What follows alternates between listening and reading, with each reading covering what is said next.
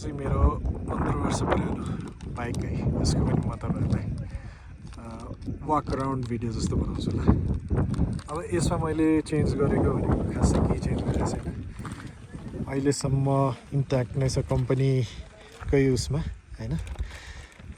यसमा चेन्ज गरेको भनेको मैले यो दुईवटा जुन छ यो दुईवटा लुकिङ ग्लास चाहिँ चेन्ज गरेको छु। यो चाहिँ रिसेन्टली नै चेन्ज गरेको भएर यो एकदमै टिलिक्कै छ।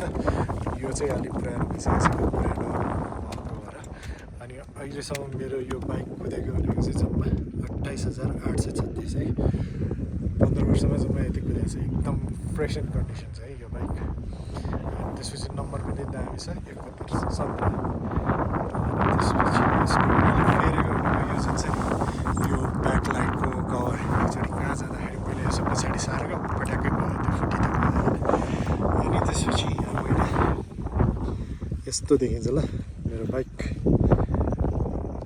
धेरै वर्ष पुरानो। अहिलेसम्म मलाई जहाँसम्म लाग्छ यसको यो टायर पनि यो जुन छ यो टायर पनि कम्पनी फिटेड टायर नै हुनुपर्छ। अहिलेसम्म मैले टायर नै फेरेको छैन। यो अझै यो छ आजकल त यो झन् राख्दा राख्दा यो रबर जति सबै त्यो उक्किने कन्डिसनमा पुगेको छ। त्यही पनि स्टिल यसमा ग्रिप छ। नलनको टायर हो यो पहिलाको, त्यो बेलामा आउने नलनको टायर। अनि त्यसपछि यहाँनिर चाहिँ यो चाहिँ के गर्दाखेरि फुटेको थियो।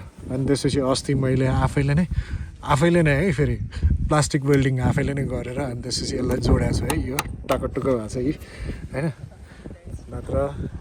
अनि यसमा अब अहिलेसम्म मैले बनाएको त्यस्तो खासै केही पनि छैन। यही हो मेरो वाक अराउन्ड भिडियो है। एन्टायर छ अगाडिबाट देख्दाखेरि यस्तो देखिन्छ। कलर पनि सिल्भरिस पर्पल सिल्भर टाइपको कलर छ। अब यसलाई कुन कलर भन्थ्यो मैले बिर्सेँ। भयो भने टेक्स्टमा लेखिदिन्छु होइन।